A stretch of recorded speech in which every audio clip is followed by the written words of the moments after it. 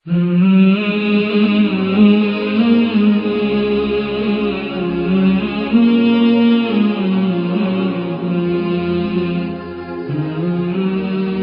وەک پێگەیەکی جوگرافی لە دێر زەمانەوە سەرزەمینێکی پیرۆز بووە و وێزگەی بە یەکگەیشتنی ڕووحی ئاسمان و زەویە. لەوێوە بەشێک لە پەیامەکانی پێغەمبەران و ئاینی یەکتاپەرستی دابەزیوەتە سەرزەوی. قودس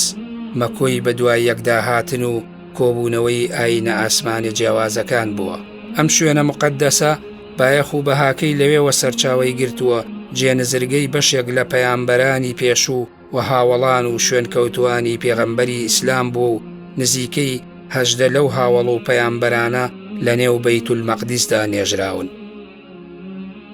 هاوکات سێەم پێگەی پیرۆزە لای بڕواداران دوای مەکە و مەدینە. ڕووگەی سەرەتای موسڵمانان بووە. پێغەمبەری ئیسلام صلی الله عليه وسلم لێرەوە شەوڕەوی پێکرا و بەرەو ئاسمان بە خزمەتی خودا و تەواوی پێغەمبەران و نێردراوانی پێش خۆی گەیشتووە. قودسی مقەدەس لای تەواوی ئەم پەیامە ئاسمانیانە هەڵگری گوتاری ئینسان دۆستی و ژیان دۆستی بووە. بەهایەکی باڵای ڕووحی هەیە، هەڵگری هێزێکی نادیاری پڕشکۆیە.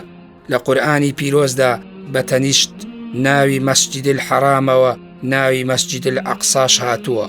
کە کۆی توێژەرەوانی قورئان کۆکن لەسەر ئەوەی ناوی مەسجد الئەقسایە. لە ئایەتی یەکەمی سوورەتی ئەلئیسرادا خدا باسی کردووە و مەبەست پێی بەیت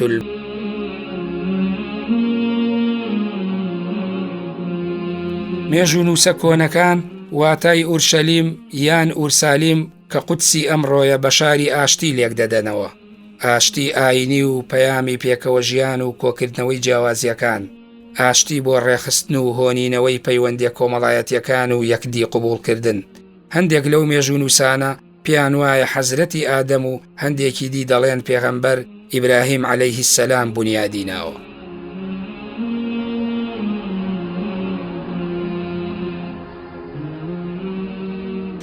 ئەگەر سەیری شاری قودس بکەین، ئەم شارە مێژۆکەیە گەڕێتەوە بۆ نزیکەی 5,000 ساڵ بەر لە ئێستا و بە دەقیقی ئەتوانین بڵین بۆ دوو بۆچوونی دیاریکراو هەیە لەسەرەوەی کە قودس بۆ یەکەم جار کێ دروستی کردووە. هەندێک کەس پێیان وایە کە مێژووی قودس ئەگەڕێتەوە بۆ ئادەم عەلەیه السەلام دروست کراوە. ئەمەش بۆچوونێکە کە بازەکرێەوە یەکێکە بەمەش ئەبێتە پیرۆزترین شار، چونکە لەسەر دەستی یەکەم پێغەمبەر عەلەیه السەلام دروست کراوە و بۆچوونی جیاوازی شەیە لەبارەی ئەوەی کە هیچ پێغەمبەرێک نییە على نبينا وعليهم السلام كلو شونا نوێژی نەکردبێ. یعنی هەموو بوقعەیەکی قودس ئەمەندە پیرۆزە نوێژی تیاکراوە. بەڵام بۆچوونێکی دووەممان هەیە کە ئێستا دۆزینەوە شوێنەوارەکان و تەنانەت لەم دیراساتی تازەش پشتگیریەکە کە دروستکردنی شاری قودس ئەگەڕێتەوە بۆ سەردەمی ئیبراهیم پێغەمبەر عەلەیه السەلام و بەو پێی کە دۆزینەوە تازەکانیش کە ئەوەی بەپێی دووری سێدووری کە سریدی پێوترێ هاتوون گەڕاون هەوڵیان داوە خەریتە و نەخشەی قودس جارێکی کە بکێشنەوە دەرکەوتووە کە هاوشێوەی قودس هاوشێوەی خەریتەی کەعبەیە. بۆیە بۆچوونەکە لەسەر ئەوەیەک لابۆتەوە لە زۆرینەی زۆری مێژوو نووسان کە ئێستا ئیبراهیم عەلەیه السەلام شاری و شاری قودسی دروست کردووە و تەنانەت بەیت المەقدیسیش ئەو دروستی کردبێ. و ئەگەر سەیری شار کۆنتری ناوەکانیش بکەین کە لە ناوی قودسەوە هاتووە، کۆنتری ناوەکان ئۆر سالیم هەیە، ئۆر سالیم یان سالۆم هەیە یان ئۆر سەلیم هەیە کە ئۆر سەلیم ئەگەر بێت و سەری لێکدانەوە بۆ ناوەکەی کەین بەواتای شاری ئاشتی دێت، شاری ئاشتی کە ئەمە یەکێکە لە بۆچوونەکان. بۆچوونێکی کەش بەواتای خوداوەندی ئاشتی یان مەسەن خوداوەندی ئەڵە ئۆر سەلیم یان خوداوەندی ئەڵە. هەندێک کەسی کەش ئەڵێن نا ئەمە ئۆرشەلیمە. ئەگەر ئۆرشەلیمیش بێ ئۆرشەلیم لە شەلومەوە هاتووە کە بەواتای سەلام لێ دیسان کە لە زمانی کۆنی عیبری و یاخود ئەوانە هاتبێ. کۆنترین مێژووی ناو قودس ئەتوانین بڵین بە چەند سەردەمێکا تێپەڕی کردووە. لە کۆنترینیانە ئەتوانین بڵین یەکەم جار کەنعانیەکان لەو مەنتیقەیە نیشتە جێبوون، ئەویش پاژەوەی کە لەوەیە نیشتە جێبوون و پێغەمبەرانیان هەبوو. بەنو ئیسرائیلەکان لەوێ یەک بە دوای یەکە هەر لە ئیبراهیم پێغەمبەر عەلەیه السەلامەوە هاتووە و پێگەیەکی پیرۆز و تایبەتی هەیە شاری قودس. شاری قودس یەکێکە لە کۆنترین شارەکانی سەر ڕووی زەوی. بە پێی لێکۆڵینەوە شوێنەواریەکان دەگوترێت کە مێژووەکەی دەگەڕێتەوە بۆ زیاتر لە 5,000 ساڵ بەر لە ئێستا دیارە لەمە دوور درێژەشدا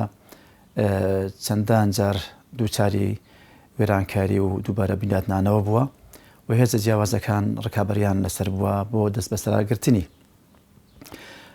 بۆ نمونە ئەسکەندەری مەقدۆنی دەستی بەسەرداگرتووە لە دەوروبەری ساڵی 46 پێش زاین، دواتریش نەوەکانی لەژێر دەستی ئەواندا ماوەتەوە. دوای ئەوە لەگەڵ فارسەکان دەکەوێتە بڵێن لەمنانی لەسەر دەکەن و دەکەوێتە ژێر دەستی ساسانیەکان لە دوای هاتنی بڵێن لە سەدەی یەکەمی زاینی. دوای ئەوە ئەو کێشەم لە ملانەیە بەردەوام دەبێ تاکو سەردەمی هاتنی ئاینی ئیسلامی پیرۆست. ئەو وەختە دەبینین کە ئەو شارە دەکەوێتە خۆناغێکی نوێوە. قودس لە دێر زەمانەوە یعنی ئەتوانین بڵێن یەکێکە لە شارە گرنگە مێژوویەکان کە سراعێکی دینی، سراعێکی حەزاری، ثەقافی زۆر کۆنی لەسەر بووە هەر لە سەرەتای حەزارەتی فەراعینەکانەوە لە میسر. لێرەوە سیرەکەین باز لەو هێرشانە کراوە کە لەگەڵ ئەو منتیقەیە کراوە کە منتیقەکانی قودس بووە. دوایەوە لە دوای سەردەمی ئەوانی سیرەکەین لە حەزارەتی بابلیە. بابلیەکان دیسانەوە لە پاشماوەی ئەو نووسرا و ئەو تاتە قوڕینانەی کە لە سەردەمی ئەواندا هاتووە دیسانەوە باسی ئەو ڕووداوانەکە کە لەگەڵ منتیقەکانی ئەوێدا کردویانە و هێرشیان کردوتە ئەوێ و دیلیان هێناوە لە منتیقەکانی ئێوە بۆ ناوچەکانی عێراق. ئەمە جگەلەوەی دواتریش سیرەکەین کە کاتێک فارسەکان دەرەکەون دیسانەوە هێرشی کردوتە سەر ئەو ناوچەیە و لە دواتریشدا لە سەردەمی ئەسکەندەری مەقدۆنیا واتە حەزارەتی یۆنانی، ئێستا مەچەند حەزارەتی میسری، حەزارەتی عێراقی، حەزارەتی یۆنانی و لە دواتریشدا ڕۆمەکان هاتوونەتە ئەو ناوچەیە و ئەوەیان گرتووە و هەیمەنی خۆیان بەسەر ناوچەکانی قودسا زاڵ کردووە و لەوێشتەوە دینی مەسیحی بڵاو کراوەتەوە و لە دواتریشدا کێشە دروست بووە لەگەڵ جوولەکەکانی ناو قودسدا و کەواتە لەم حەزارەتەی کە هی ڕۆمەکانە دیسانەوە کێشە دروستە بێتەوە و لە ناو خۆشیانە جارێکی تر لەگەڵ فارسەکاندا حەزارەت دروستە بێتەوە و هێرشەکەنەوە سەر ئەو منتیقەیە کەواتە پێش ئەوەی مەسائلی بابەتە ئاینیەکانیش کێشەیەکی دروست کرد بێ بابەتی حەزارەتەکانیش دیسانەوە هەرچەند پاڵپشتی سەرەکیان ئاین بووە بەڵام حەزارەتەکەش دیسانەوە دەورێکی هەبووە لەوەی کە سراعێکی گەورەی لەسەر منتیقەکانی قودس دروست کردووە. ئەویش بۆ ئەگەڕێتەوە بۆ منتیقەی شوێنێکی استراتیژی گرنگی هەبووە و هەروە هەر کەس لە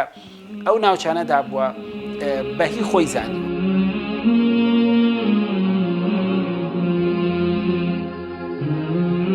قودس و ئەقسا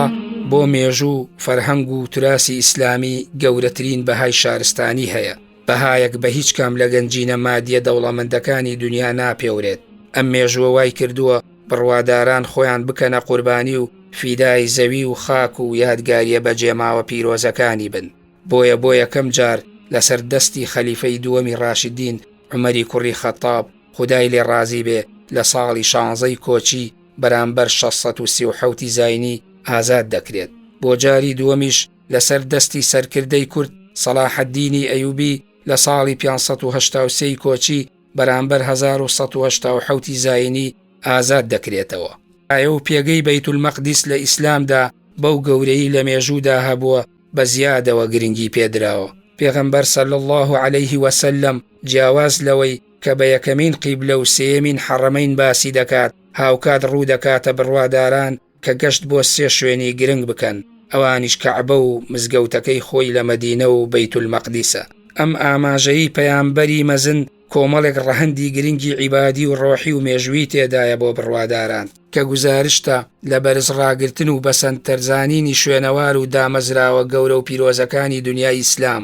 بە ئاگاهێنانەوەی خاوەن بڕواکانە لەو مەقامە باڵا و گەورانەی کە لە ژیانی سیاسی و ئیداری و کارگێڕی مسلماناندا ڕۆڵیان بینیوە و هۆنینەوەیەکی زیهنی ڕۆحی و ئەخلاقیە بۆ ئەو شارستانەتەی کە ئیسلام پێشکەشی کۆمەلگای مرۆیی کردووە بە ئامانجی ڕێخستنی ژیانی کۆمەلگا. بەیت المەقدیس یەکێکە لەو ناوەندە هزریە پیرۆز و فەرهەنگیانەی کە تەواوکاری بەشێک لە زنجیرەی مێژووی ئیسلام و ژیان و ژیاری بڕواداران بووە. لێرە گرنگی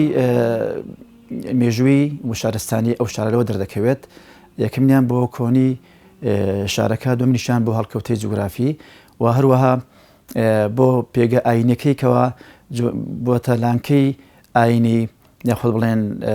زۆربەی ئاینە ئەسمانیەکان لەو شوێنەدا وەکو مادێک وەکو بڵێن شوێنێکی پیرۆز سەری دەکەن لەبەر ئەوە هەمیشە چاوی لەسەر بووە. لەگەڵ هاتنی ئیسلام دەبینین گۆڕانکارێکی ڕیشەی بەسەر ئەو شارەدادێ دوای ئەوەی کەوا لە سەدەمی خەلیفەی ڕاشیدی عومەری کوڕی خەتاب لە ساڵی 15 کۆچی شارەکە فەتح دەکرێت و بە پێی پەیماننامەیەک لەگەڵ بەتڕیارکی شارەکە ڕادەستی مسلمانان دەکرێت بە شێوەیەکی ئاشتیانە بەو مەرجەی کەوا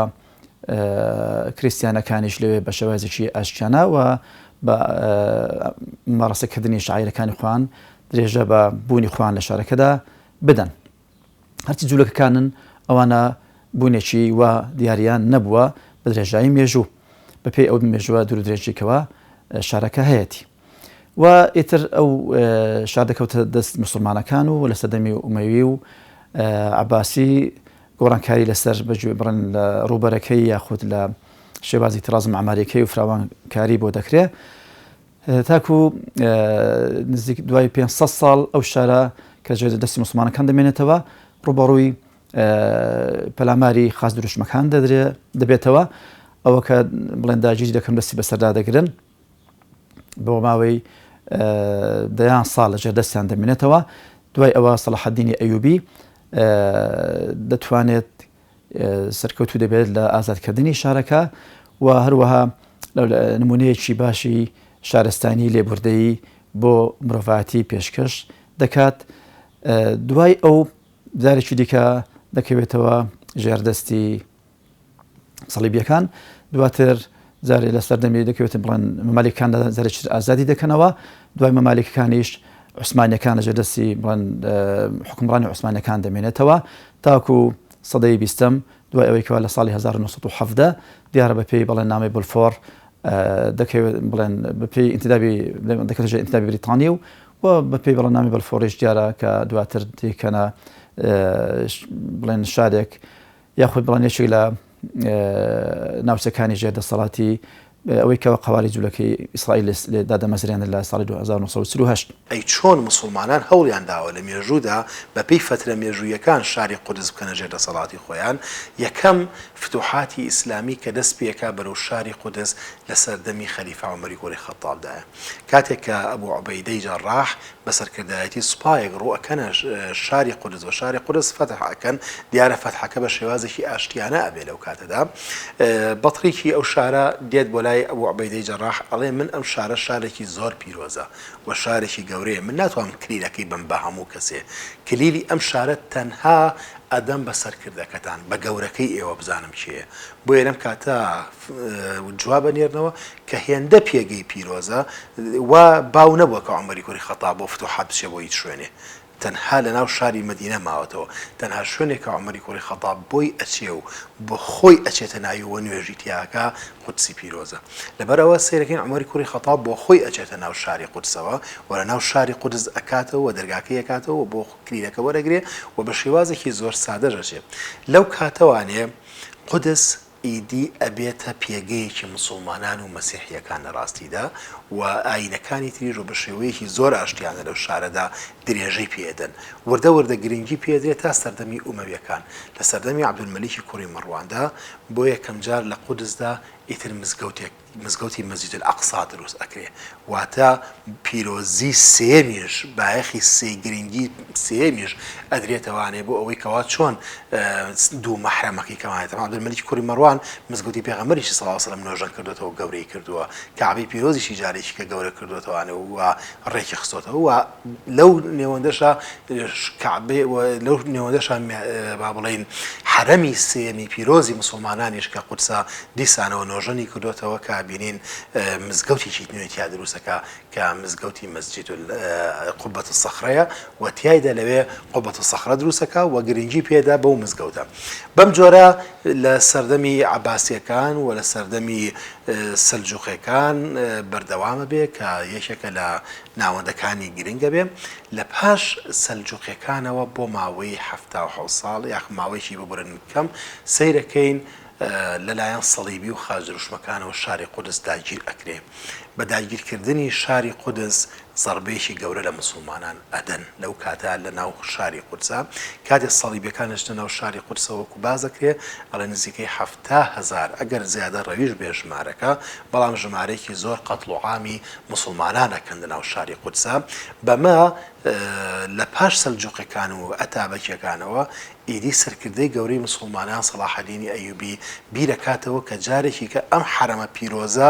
جارێکی کە بخاتەوە ژێردەستی مسلمانان. بۆیە سەرکردەی گەورەی کورد،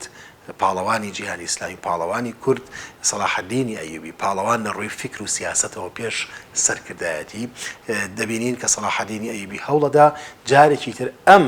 شارە پیرۆزە کە لە ژێر سایی ئیسلامدا بووە بە هەوەندە سەدا، واتە هەر لە سەردەمی عومەری کوڕی خەتابەوە هەتا سەلجوقیەکان کە نزیکەی چەند سەدەیەک ئەکا جیسانەوە بیگەڕێنێتەوە ژێر سایی مسلمانان. بۆیە هەوڵەدا لەم کاتە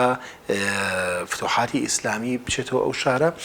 فەتحی شاری قودس ئەکاو لە پاش معرەکەی حەطینی بەناوبانگ جارێکی کە سەلاحەدینی ئەیوبی بە لێبوردنەکەی خۆی بە شێوازە نەرمونیانەکەی بە شێوازی ئەوەی ئاشتیانە کە لەگەڵ خازروشمەکانە ئەنجامێدا بە پێچەوانی ئەوان کە چەندە لەگەڵ مسلمانەکانە خراپ بوون، ئەمە توانێت بەو شێوازە سەرنجی هەموو مەسیحیەکان ڕاکێشێ و شاری قودس فەتح بکاتەوانێ. لە پاش فەتحکردنەوەی شاری قودس دەبینین بە ماوەیەکی کەم لە پاشەوەی کە سەلاحەدینی ئەیوبی کۆچی دوایی ئەکا دیسانەوە قودس ئەکەوێتەوە ژێر دەسەڵاتی خاچپەرستەکان. بەڵام 11 ساڵ حکومەکەن. لە پاژەم ماوەیە نەوەیەکی تری سەلاحەدینی ئەیوبی، واتە ماوەیەکی کەم حکومەکەن کە ناوی ساڵح نەجمەدین ئەیوبە ئەتوانێ دووبارە قودس بخاتەوە ژێر سایە و دەسەڵاتی خۆی و بیخاتەوە ژێر دەسەڵاتی ئەیوبیەکان. لە پاش ئەیوبیەکان لە مەمالیکەکان دێن، مەغۆلەکان قودس داگیرەکەن، بەڵام لە دوای جەنگی عینجالوت جارێکی تر قودس ئەکەوێتەوە ژێر دەسەڵاتی مەمالیکەکان. لە پاش ئەم ماوەیەوە لە ساڵی 1600ەکانە واتە لە سەدەی حەڤە بەدواوە سەیرەکەین عوسمانیەکان لەسەر دەستی سوڵتان سەلیمی یەکەم و سوڵتان سلێمانی قانونی جارێکی تر لە دوای جەنگی مەرجدابی قەوانێ شاری قودس ئەکەوێتەوە ژێر دەسەڵاتی عوسمانیەکان. بەم جۆرە ژێر سایە عوسمانیەکان شاری قودس بەردەوام ئەبێ و لە سایی دەوڵەتێکی ئیسلامیداوە زۆر بە پیرۆزیشەوە لە زەردەمی عوسمانیەکانە گرنگی بە شاری قودس ئەدرێ وەکو شارێکی شارستانی خاوەن پێگە هەتا ئەو کاتێک کە لە کۆتایی دەوڵەتی عوسمانەکان لە ساڵی 1970 لەلایەن بەریتانیەکانەوە قودس داگیرەکرێ و پێی بەڵێنامەی بلفۆر لە توبە دەکرێ و خەڵکەکەی دەرەکرێ و ئەدرێ بە سەهیۆنیەکان و دەوڵەتی جوولەکەی تایە دروست دەکرێ. ئێمە ئەگەر تاریخی کورد باز بکەین یەکێ لە ئەو خاڵە وەرچەرخانە گرنگانەی کە کورد کاریگەری هەبووە و دەوری تیا هەبووە بریتێ لە ڕووداوی تەحریری فەڵەستین. بۆیە ئێمە لە ڕووە دەولێکەشەوە سیرەکەین ژیاننامەی سەلاحەدین لە لای مستەشریقین کە باز کراوە. یعنی من ئەتوانم بڵێم لە 180 بۆ 90 ئەو مستەشریقانەی باسی کەسایەتی سەلاحەدینیشان کردووە وەکو کەسێکی ئینسان دۆست، وەکو کەسێکی گەورە، وەکو قائیدێکی مێژوویی فەذ واتە دووبارە بوونەوەی زەحمەت، وەکو کەسێکی ئاوا سەیریان کردووە کە ئێمە ئەوە مێژووەکەمان بێ لام سەیرەکە بنووسینەوە بە هەندێک مێژووە کە بە زۆر بیکەین بە مێژووی کورد، بەڵام ئەمە هەموو عالەمەڵێ کووردە و شانازیکی گەورەیە بۆ ئێمە ساڵانە تەنانەت مؤتەمەرێک نابەستین لەسەر ئەو کەسایەتیە، مؤتەمەرێک نابەستین لەسەر قودس، لەسەر ئەو ڕۆی کە ئێمە سەلاحەدین کاتێک چۆتە ئەوێ قەتل عامی نەکردووە. سەلاحەدین چۆتە ئەوێ ڕوویەکی جوانی کوردی پیشانناوە کە ئەگەر ڕۆژێ لە ڕۆژان تەجروبەیەکی تر بێتە دەست کورد دووبارەی کاتەوە شتێکی ئینسانی پێشکەشی عالەمەکەین. گرنگە کە ئێستش ئەوە زەقکەینەوە بەڕاستی لە پرۆسەکانی خوێندنمانە، مؤتەمەرەکان و لە نەدووەکان و لە بابەتە نووسینەکانمان توێژینەوەکانمان گرنگیەکی زۆر بەم بابەتە بین و بزانین کە ئێمە کەسانێکین ئەبینە عنسوڕێکی تەنانەت ئاشتەوایی لە بینی خەڵکان و پێکاتەکانی تریش ئەگەر گرنگی بەم خاڵە بین ئەگەر گرنگی بەو ژیان نامەیە و بەو مێژووە گرنگە بین کە سەلاحەدین لە سەردەمی خۆیدا پراکتیکی کرد. ئەم زەویە بەهۆی پەیامبەران و نێدراوانی خودداوە بە زەوی پاک و مبارەک وێناکراوە، لێرەوە نیگادا بەزیوە، لێرەوە فریشتە نووری ئاسمانی گەیاندۆتە زەوی، ئێرە مەنجەڵگای داود و سولەیمان و زەکەریا و یەحیا و موسا و عیسا و شوعەیب و ئیبراهیم و ئیسماعیل و یعقوب و ئیسحاق بووە، لێرە خوددا موژدەی بەخشینی یەحیای بە زەکەریا گەیاند، لێرەوە محەممەد صلی الله عليه وسلم بەرەو بەرزاییە نادیارەکانی ئاسمان سەفەر دەکات. لەم سەفەر و شەوڕەویەدا محەممەد مسافیرێکی بروسک ئاسایە و لەوێ پێشنوێژی بۆ پێغەمبەران دەکات، سەفەرێک بۆ دڵنیایی، سەفەرێک پڕ لە بەرەکەتی ئیلاهی، گەشتێک بۆ تەواوکاری پەیامە پیرۆز و ئینسان دۆستیەکانی کۆتا ئاین کە ئاینی ئیسلامی یەکتاپەرستیە. بەیت المەقدیسی نێو قودس بۆ کۆی ئاینە ئاسمانیەکان نرخ و بەهای خۆی هەیە و هەر ئاینە و بە ئەندازەی ڕۆڵ و پێگەی گەورەی پێغەمبەرەکانی بەرەکەتیان پێبەخشیوە، بەڵام کۆتا ئاین کە ئیسلامە و دوایین پێغەمبەر کە محەممەدە صلی الله عليه وسلم بەیت المەقدیس شکۆدار و بەفەڕتر دەکات. لە زەمەنی بتپەرستی و لادانی بەشێک لە شوێنکەوتوانی ئاینە ئاسمانیەکان لە دینی ڕاستەقینەی خۆیان جارێکی دی محەممەد گیانێکی نوێ و وزەیەکی بەتینتر بە خاکی پیرۆز دەبەخشێ. لەوێ لە ساڵی 12 پێغەمبەرایەتیدا بە سواری بوڕاق بەرەو حزوری پەروەردگار گەشت دەکات.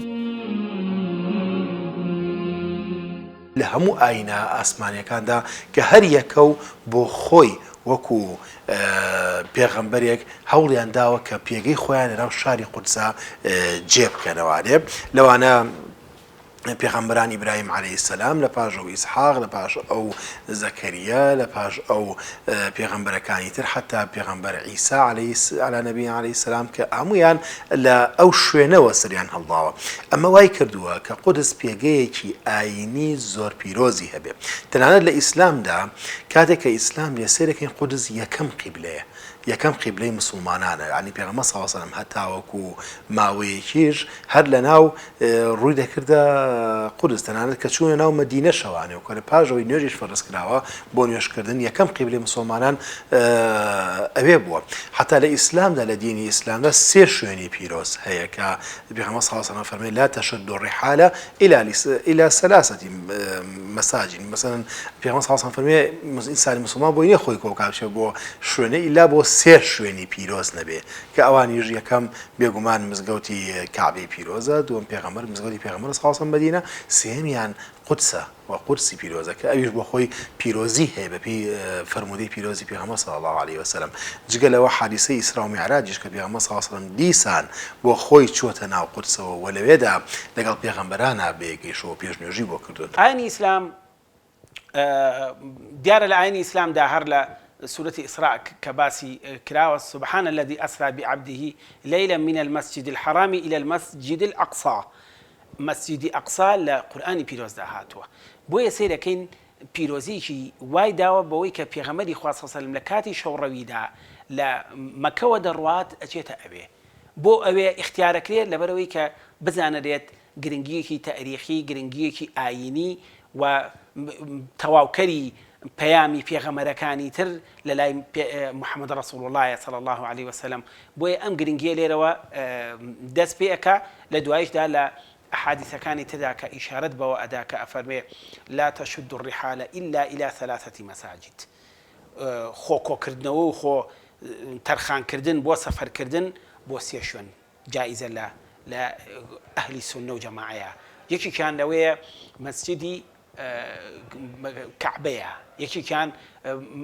وكو فن مسجد الحرام ومسجد هذا واتا مسجد مدينة ومسجد الأقصى. أمس يعني كأحاديث صحيحة هاتون إنسان مسلمان أتواني بتايبت بيجي سفري بوب كالا بيناوي كشهاد بيبوش وينانا كواتا ناوي لبال كعبية هاتوا ناوي لبال مدينة هاتوا أما جي قالوا كعبي یەکەمینی با بڵێن قیبلەی یەکەمینی مسلمانان بووە. شاری قودس وەکو سنتەرێکی مرۆڤایەتی و هەروەها ئاینی تایبەتمەندی خۆی هەیە. بنسبەت ئێمەی مسلمان لەبەر ئەوەی پەیوەستە بە بیرروباوەڕی ئێمەوە و پەیوەستە بەوەی کەوا یەکەم قیبلە و ڕۆگەی مسلمانان ئەوێن دەربووە سەرەتای هاتنی ئاینی ئیسلام. دوای ئەوە دەبینین کاتێکەوە خی گەورە ئادەنێرێتە خوارەوە بە ئەوەی کەوا ڕووی مسلمانان ڕویان وەرجێڕن بەرەو مەسجد الحرام خی گەورە دەفەرمێ لقد نرى تقلب وجهك في السماء ولنولينك قبلة ترضاها فولي وجهك شطر المسجد الحرام. كواتا يكم قبلة مسلمانان شاري قدس بوا مسجد الأقصى بوا بيغمبر درودي خوالي بالله فرمودي قدادة فرمية لا تشد الرحال إلا إلى 3 مساجد المسجد الحرام ومسجد هذا والمسجد الأقصى. كواتا يرنقل يردا وما بوديار دكويكوا بەپێی دەقەکان هەروەها لە قوڕان پیرۆزیشدا دەزانی کەەوە هاتووە کە خوای گەورە لە بڵێن شەوی ئیسرا میعراجدا ئیشارەتی پێکراوە، یعنی شوێنی بەرزبوونەوەی پێغەمبەر درودی خوای لێبێ لە قوڕان پیرۆزدا هاتووە، شوێنی بەرزبوونەوەی پێغەمبەر درودی خوای لێبێ لە مەسڕای پێغەمبەرە لە قودسەوە بەرز دەبێتەوە بۆ ئاسمانەکان، کەواتە پیرۆزیی زۆر تایبەتی هەیە بنسبەت مسلمانەکان. ئەوەی کە دیاریشە ئێمە دەزانین هەندێک شوێن و هەندێک کات تایبەتمەندی خۆیان هەیە. جێکی لەو شوێنانی کەوا تایبەتمەندی خۆی هەیە قودسی پیرۆزە، ئەوش بەهۆی بوونی مەسجد الأقصاوە لەو شارەدا کەوا گوتمان ئەو گرنگجی هەبووە.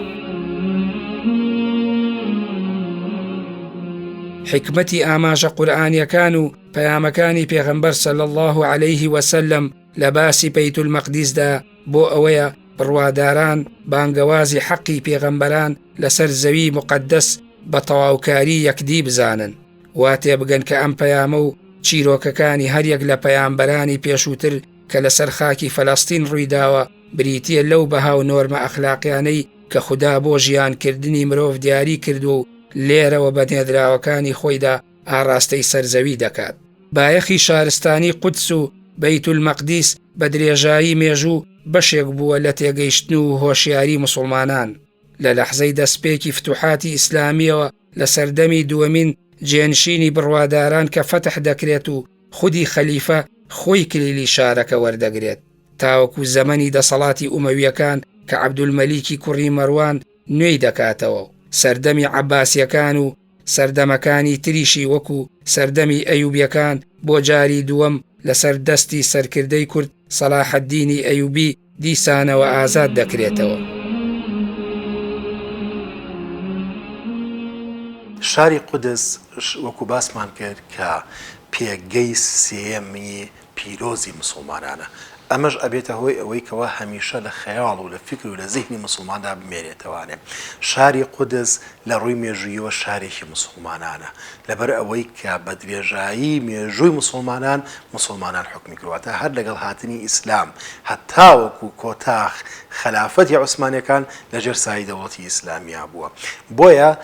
قودس هەمیشە لە زیهن و فکری مسلماناندا ماوەتەوانێ.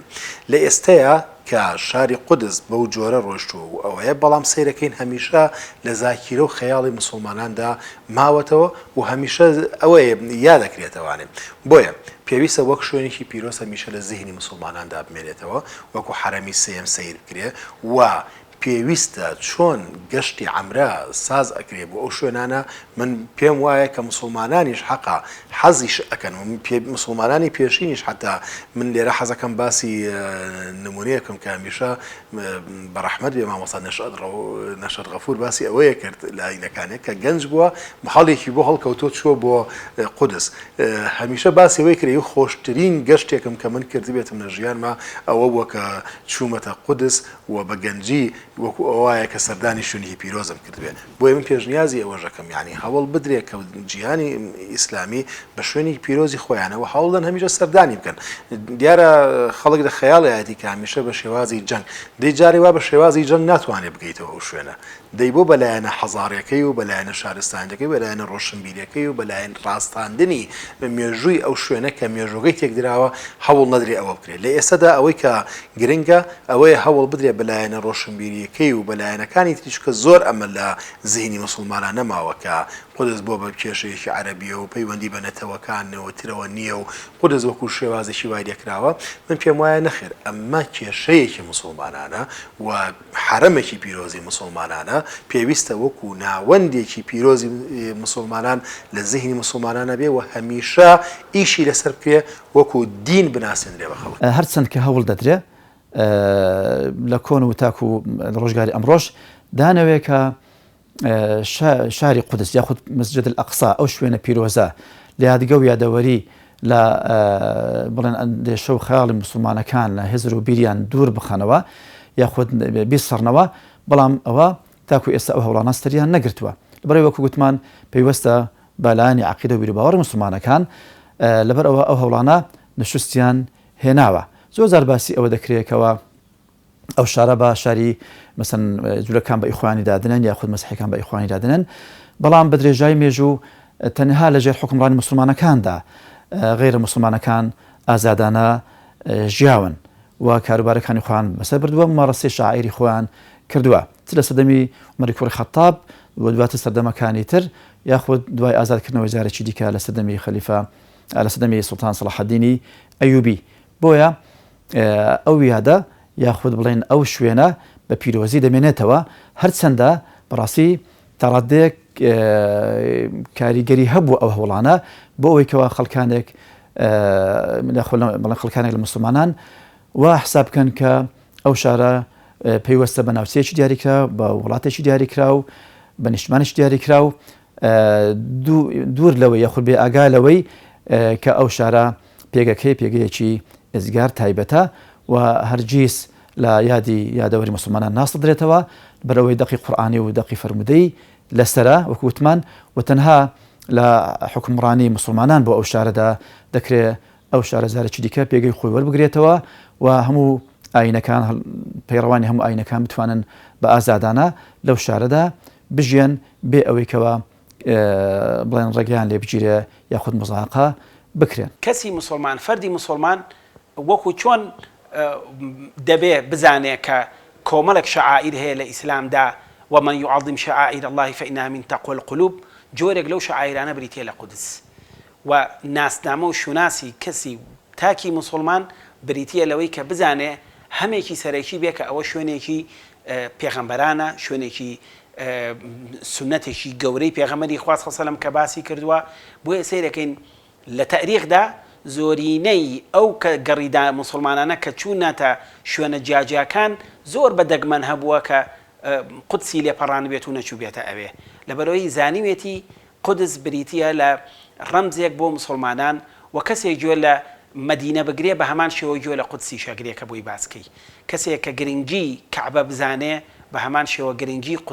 قودسی جەزانێ بۆیە هێندە گرنگە و بۆیە بە ئەهمیەتی گەورەی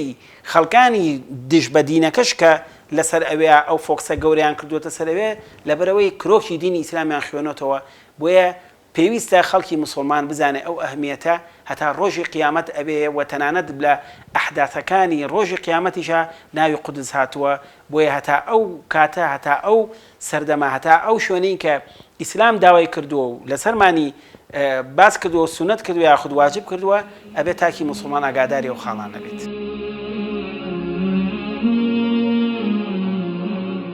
جێگای خۆیەتی ئەمڕۆ بێداری ئیسلامی لە جیهاندا بێجیاوازی مەزهەبی و تێگەیشتنی سیاسی و ڕوانی نەهزریەکان خەمی خاک و خەڵکی قودس و بەیت المەقدیس لەبیر نەکەن بەتەنی شۆڕشێکی نەفساوە و بێداری ئیسلامی و هاوخەمی بۆ فەلەستینیەکان شۆڕشە فەرهەنگی و فکریەکەش ون نەکەن گەرەکە بێداری ئیسلامی نوێ کولتوری بەرەنگاری و چاندنی حەز و هاوسۆزی بۆ خاکێکی داگیرکراو لەلایەن جوولەکەوە لاینەوەی نوێ دروست بکاتەوە بۆ ئەوەی بزانن کە بەشێک لە زەوی مسلمانان ژێرچەپۆک کراوە و دەرگاکانی بەیت المەقدیس بەدەستی زایۆنیزمی جیهانیەوە بە پاڵپشتی ئیمپریالیزی خۆرئاوایی نەفەسی ئازادی لێبڕاوە. لێرەوە خەمی ئەم خاکە و کارکردن بۆ گێڕانەوەی شکۆی پیرۆزی فەلەستین و جارێکی دی ئازادکردنەوەی لە دەستی زایۆنیزم بۆ کورد زیندووکردنەوەی خەونی وەدی هاتووی سەرکردە سەلاحەددینی ئەیوبیە کە توانی لە دەستی خاچ دروشمان بەر لە زیاد لە 800 ساڵ ئازادی بکاتەوە.